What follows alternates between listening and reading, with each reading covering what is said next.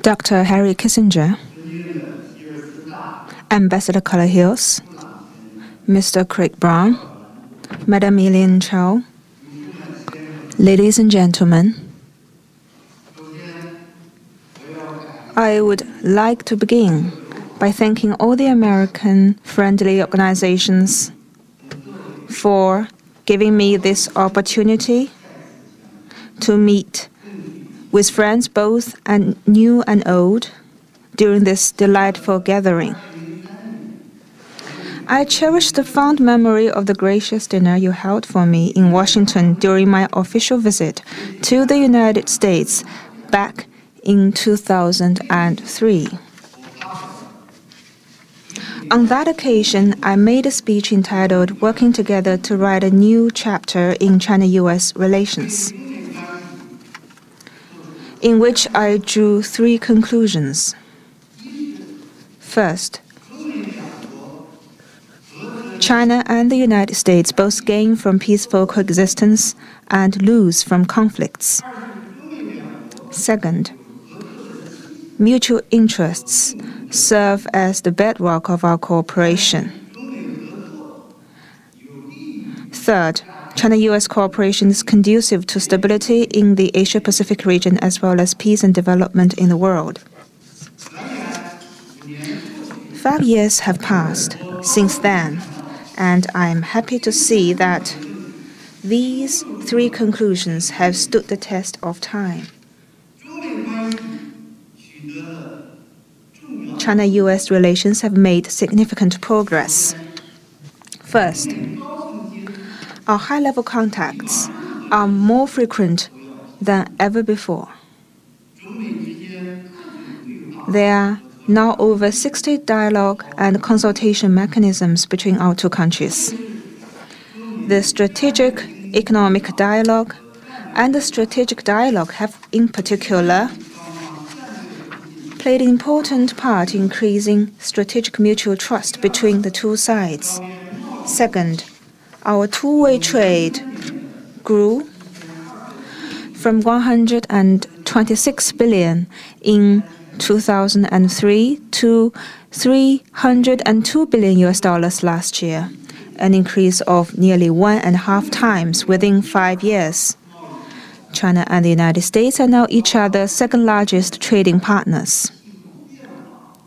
Dialogue and cooperation have extended to a number of new areas, such as energy resources, climate change, product quality, and food safety.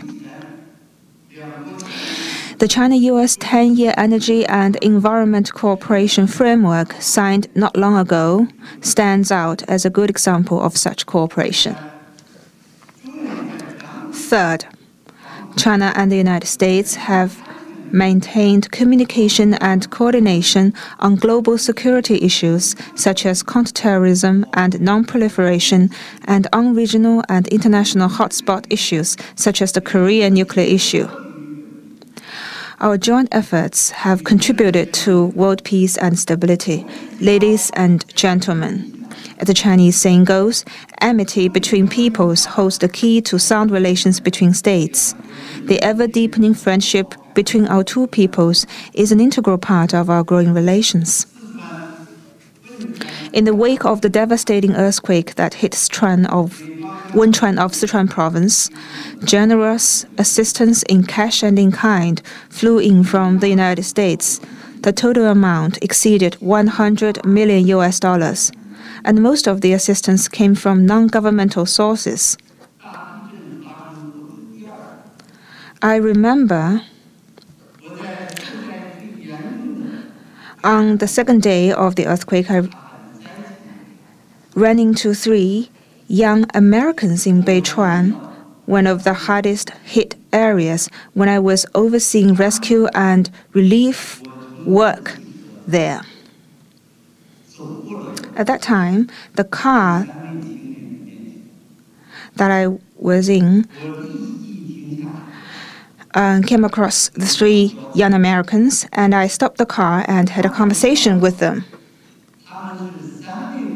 I learned from my conversation with them that they were young American volunteers walking from Chengdu to Beichuan, and I was deeply touched by what I've learned. They were the first group of volunteers from foreign countries that I met in the afflicted areas. After them, headed by the U.S. aid, representatives of some well-known American companies and organizations also went to the quake areas under the danger of aftershocks and offered us their advice on recovery and reconstruction. Their visit was the very first of this kind in the history of exchanges between our two countries, and I later had a meeting with them in Beijing. Thanks to the efforts of the U.S. government and people of various sectors, now 150 Chinese students from the earthquake area are studying in the State University of New York. I am convinced that when they return to China after finishing their studies here, they will contribute their knowledge to the building of their homeland and will join in the endeavor to promote China-U.S. friendship.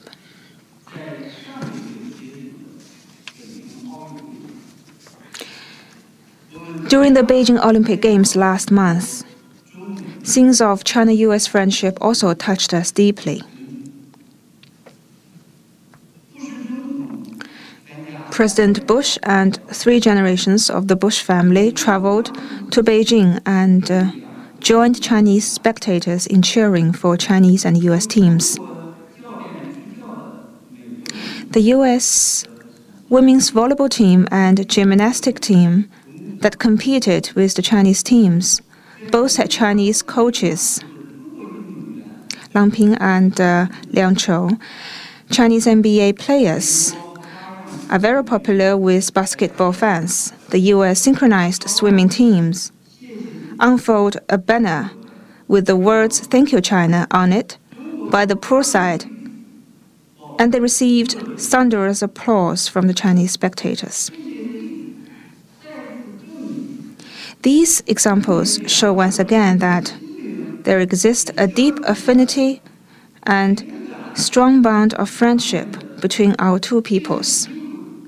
I wish to take this opportunity to express my sincere appreciation to the American people from all walks of life for your abiding commitment to China-U.S. friendship, and extend heartfelt gratitude to the U.S. government and people for your strong support to our earthquake rescue and relief work and our efforts in hosting the Olympic Games.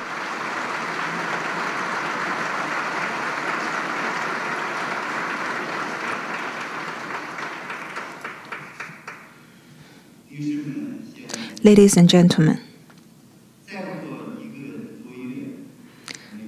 with the U.S. presidential election less than 2 months away, many people have asked me how I would see China-U.S. relations after the election. I told them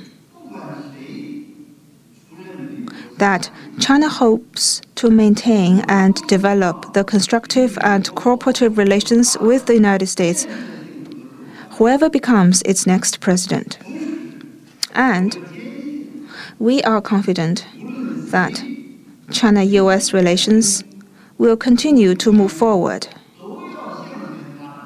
no matter who becomes the next U.S. president, as the trend of history will not turn back. I say this because, first, China and the United States have never enjoyed so extensive common interests as they do today. We have worked together to uphold world peace and stability and tackle growing financial and economic challenges. Our cooperation has gone beyond the bilateral context in terms of both its substance and significance, and such cooperation is having a growing impact on the world. Steady growth of China-U.S. relations serves the fundamental interests of our two peoples and meets the trend of the times. Second, due to differences in social system, development level, history and culture, China and the United States may not see eye to eye on certain issues. This is nothing terrible, so long as we engage in dialogue and consultation on the basis of equality and mutual respect. We will be able to gradually dispel misgivings and enhance mutual trust. Third, both the Chinese people and the American people are open, innovative, and eager to learn. In just over 200 years, the United States has developed itself into the strongest country in the world, with brilliant achievements in the economic, scientific, and technological fields. The Chinese civilization, stretching back 5,000 years, is showing greater vitality in a new era. What is behind the splendid achievements we both scored, though our histories are different? I think it is openness, inclusiveness, and the spirit of drawing upon the strengths of others. Two nations that appreciate each other and learn from each other can live together in amity and achieve common progress.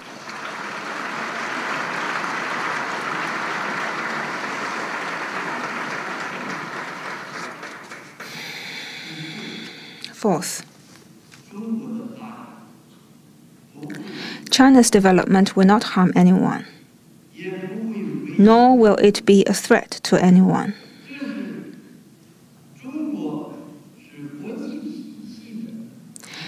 China has taken an active part in the building of the international system and will not do anything to undermine it. China is a responsible country. The Chinese economy now contributes more than 10% to the world economic growth. China has taken an active part in the settlement of major international and regional issues, such as the Korean nuclear issue and the Iranian nuclear issue. China is ready to work with the rest of the international community to jointly meet global challenges of financial volatility, energy and food shortage, and climate change.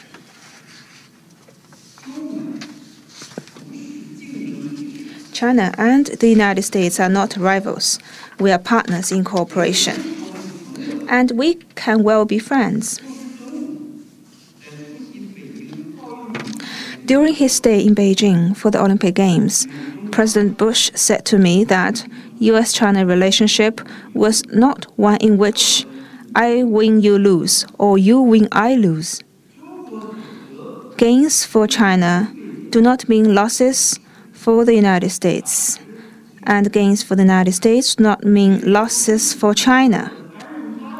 The United States can benefit from China's prosperity and development, and our two countries can prosper together. I am pleased to see that both the Republican Party and the Democratic Party attach importance to China-U.S. relations. I believe this shows the strategic vision and political wisdom of President Bush and the two political parties. It also represents the wish of the entire American people. I want to stress that the Chinese government always attaches importance to China-U.S. relations. We sincerely hope that through friendly cooperation, our two countries will blaze a bright path of harmonious coexistence and common development between big countries with different cultural backgrounds. The question of Taiwan has always been the most sensitive question at the core of China-U.S. relations. History has shown that the smooth development of China-U.S. relations depends to a great extent on the proper handling of the Taiwan question. Today, the new leader in Taiwan has reaffirmed the 1992 consensus, and cross-strait relations have shown sound momentum towards relaxation and improvement. The Association for Relations Across the Taiwan Strait and the Straits Exchange Foundation had their first meeting after a hiatus of 9 years. Direct charter flights on weekends between the two sides have been launched, and tourists from the mainland have visited Taiwan. More major steps aimed at promoting the people-to-people economic and cultural exchanges between the two sides of the Taiwan Strait are now under discussion. The current and coming period will be crucial for the development of cross-strait relations. Under the principle of building mutual trust, laying aside disputes, seeking consensus while shelving differences, and jointly creating a win-win situation, we are ready to work for a practical solution to the various cross-strait issues, so as to create conditions for the further growth of cross-strait relations. 5 years ago, President Bush publicly stated his opposition to Taiwan independence. That statement had a positive impact worldwide. It won the appreciation and respect of the Chinese people and contributed to the continued growth of China-U.S. relations. Today, 5 years after that statement, we hope the U.S. side will stick to its commitment, adhere to the One China principle and 3 China-U.S. joint communiques, and oppose Taiwan independence.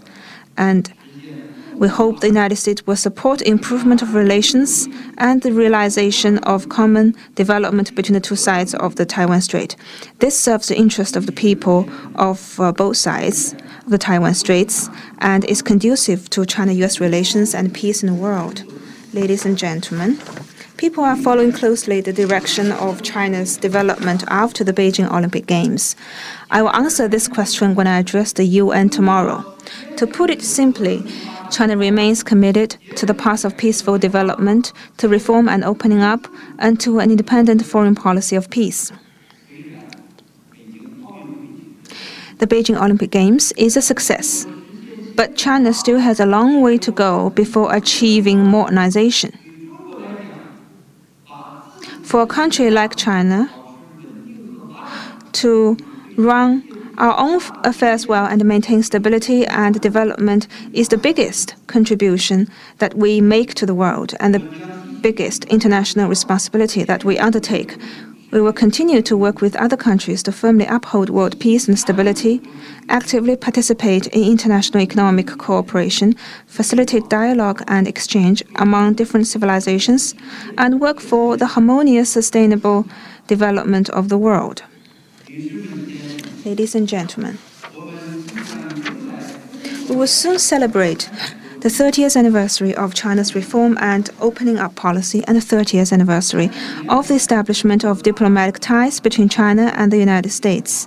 Over the past 30 years, profound changes have taken place in China, and tremendous progress has been made in China-U.S. relations. We should not see this as a sheer coincidence, but a historical necessity. President Franklin D. Roosevelt once said that the times call for bold belief that the world can be changed by man's endeavor, and that this endeavor can lead to something new and better.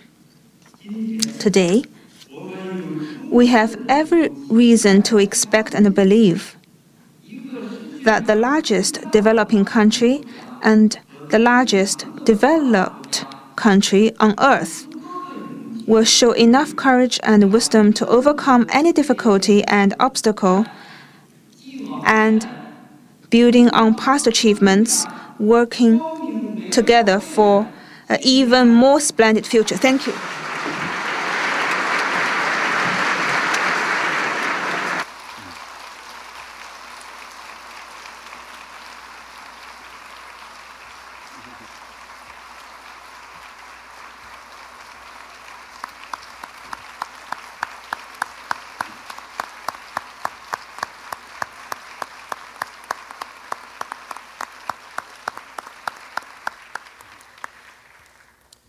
Thank you, Premier Wen. My name is Greg Brown, and I'm President and CEO of Motorola and a member of the Board of Directors of the U.S.-China Business Council. The U.S.-China Business Council is honored to be a co-host today of this function and to hear Premier Wen's remarks on U.S.-China relations as we near the celebration of the 30th anniversary of the establishment of U.S.-China diplomatic ties.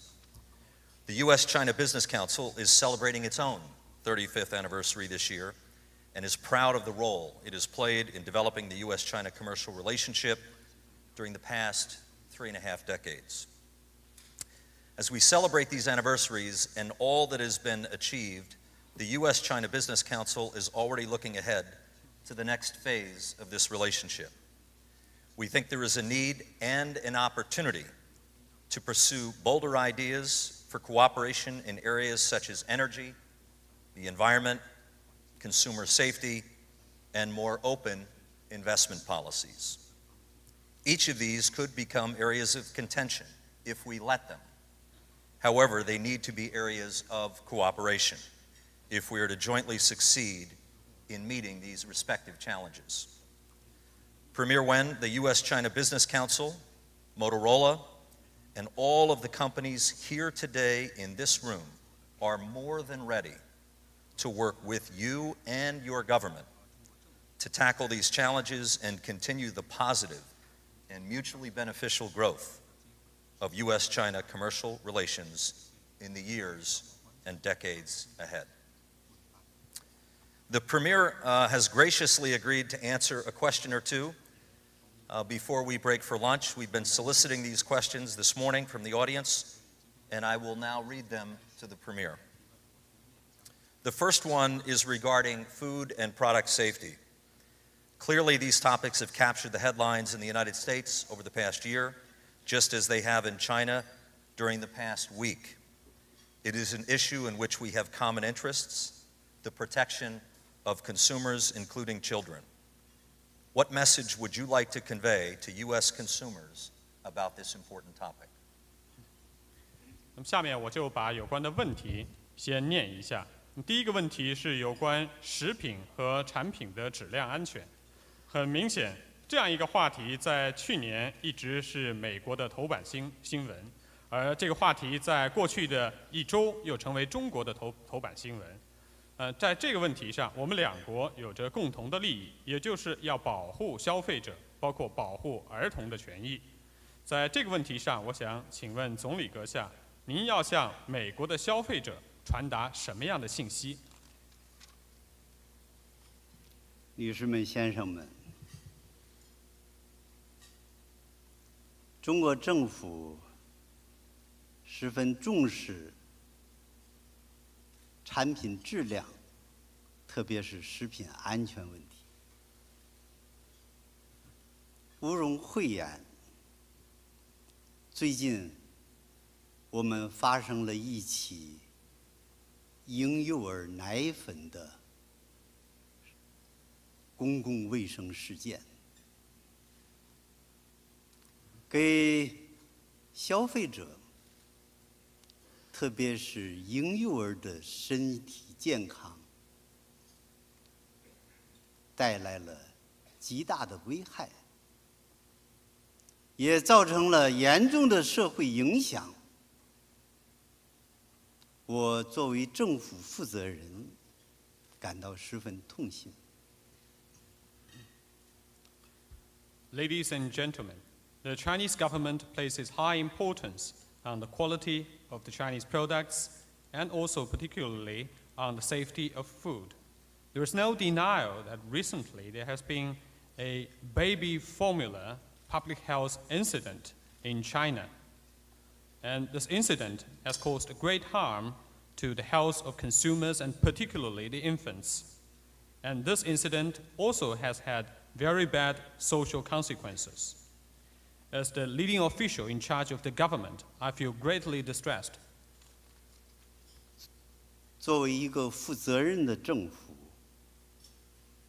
我们立即采取了果断的措施，包括公开信息，坚决地将有害的奶粉和奶制品从货架上下架、封存，并且销毁，严肃查处事件的肇事者和责任者。但是我以为，更为重要的是要从这起事件中吸收教训。As a responsible government, we have taken prompt and resolute steps.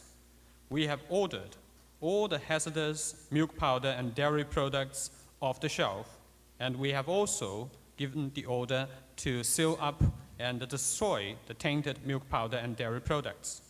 At the same time, we seriously look into the incident and hold those perpetrators and those involved accountable for what they did. Nonetheless, I believe what is more important is that we should learn the lessons from this incident. 第一，要确保产品质量，特别是食品安全，因为它关系每个人的健康和生命，绝不能以牺牲人的健康和生命换取企业的利益和经济的发展。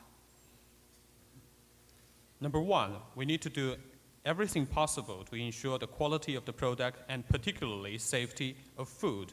This concerns the health and life of everyone. We should never try to pursue corporate profit or economic growth at the expense of the health and life of people. 第二，要加强制度建设，从生产的每一个环节都要重视监督和检查，切实保证消费者的利益。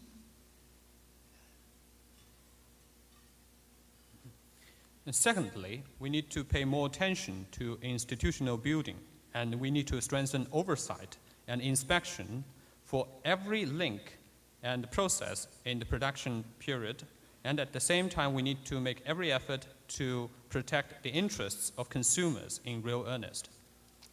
第三，要重视社会道德。我曾经讲过，一个企业家，他的身上应该流着道德的血液；一个经济学家，他的身上也应该流着道德的血液。毫无疑问，我们说的经济，首先是指那些看得见的企业、技术、产品和管理，但是在他们背后引导他们的，并且受他们影响的是理念、道德和责任。只有这两者加在一起，才能构成经济和企业的 DNA。 And thirdly, we need to place more importance on social ethics. I always say that for an entrepreneur or for an economist, the blood of ethics should run in their veins. And for an enterprise or for the economy, usually people are very familiar with the visible elements like the company itself, the technology, its product, and its management. People may not notice the things that behind these elements, like the philosophy, the ethics, and the responsibility. Only when we combine the two kinds of different elements can we actually establish the DNA of the economy and the corporation. 第四，中美之间要在产品质量和食品安全上加强合作。我可以向诸位保证，我们将从根本上改善我国产品质量和食品安全的状况。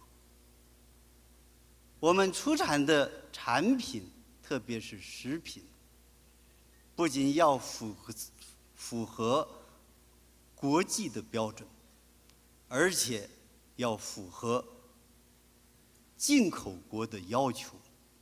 我们将努力实现这一点。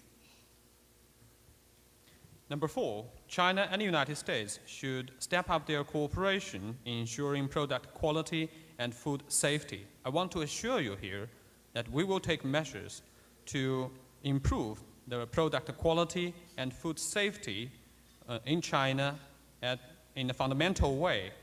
And when it comes to product quality and food safety, I think we want to make sure that our products and our food will not only meet the domestic and international standards, but also meet the specific requirements of the importing countries. And we will make every effort to attain this goal. 谢谢大家。 Thank you.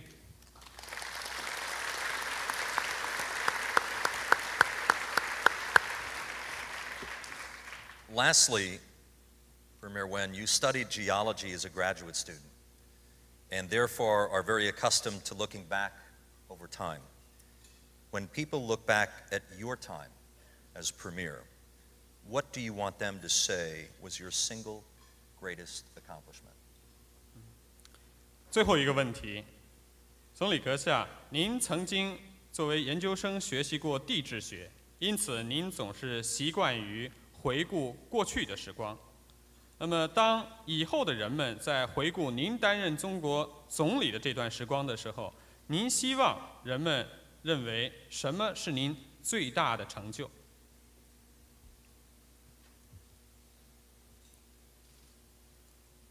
我是研究地质出身的，当然也非常熟悉地史学上的一个重要观点，叫做灾变论。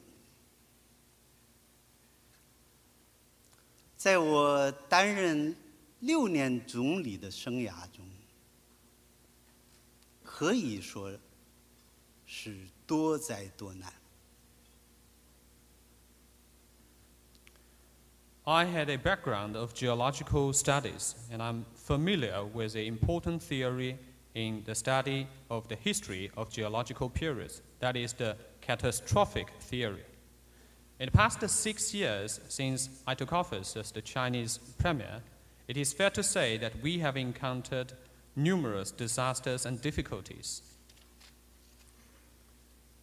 从 SARS 的爆发， 到冰雪灾害和特大地震，从煤矿事故到食品安全事件的发生，这些都给予我们深刻的启示，也使我们在困难中 学会了新的东西，正像我经常所说的，一个民族在灾难中失去的，总会有进步来补偿。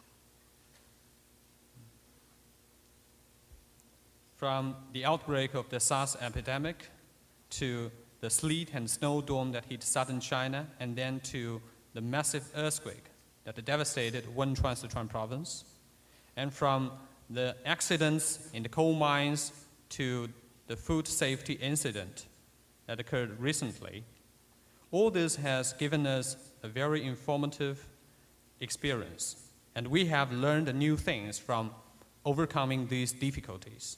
As I always say, that What a nation loses in a disaster will always be compensated by progress later on. 大家知道，我很喜欢阅读马可·奥克留安东尼的《沉思录》。他说：“请看看那些所谓的伟大的人物，他们现在都到哪里去？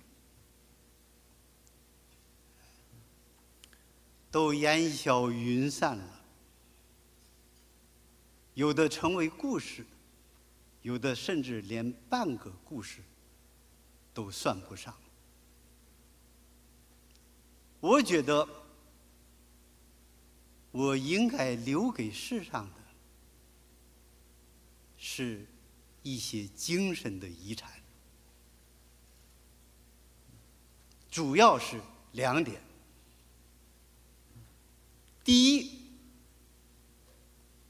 当遇到灾难的时候，不要退缩，要勇于面对，并且带领人民去克服困难。这是需要坚定、勇气和信心。第二，一个政府除了对人民的负责、服务、献身和廉洁以外，不应该有任何特权。一切权利属于人民，一切权利都要为了人民。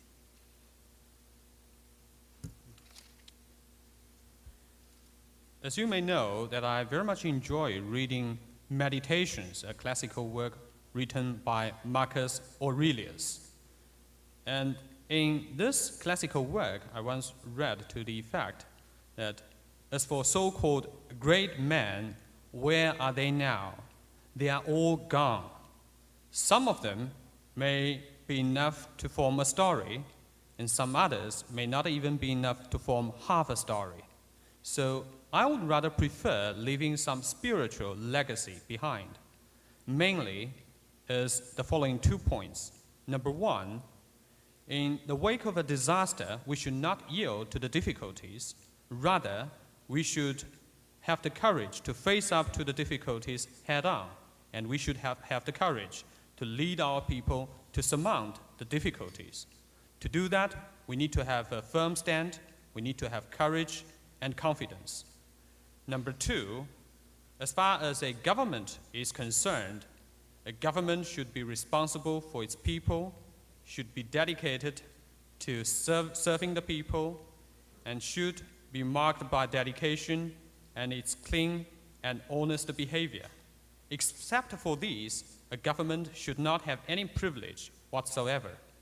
All the power belongs to the people, and all the power should be used for the people.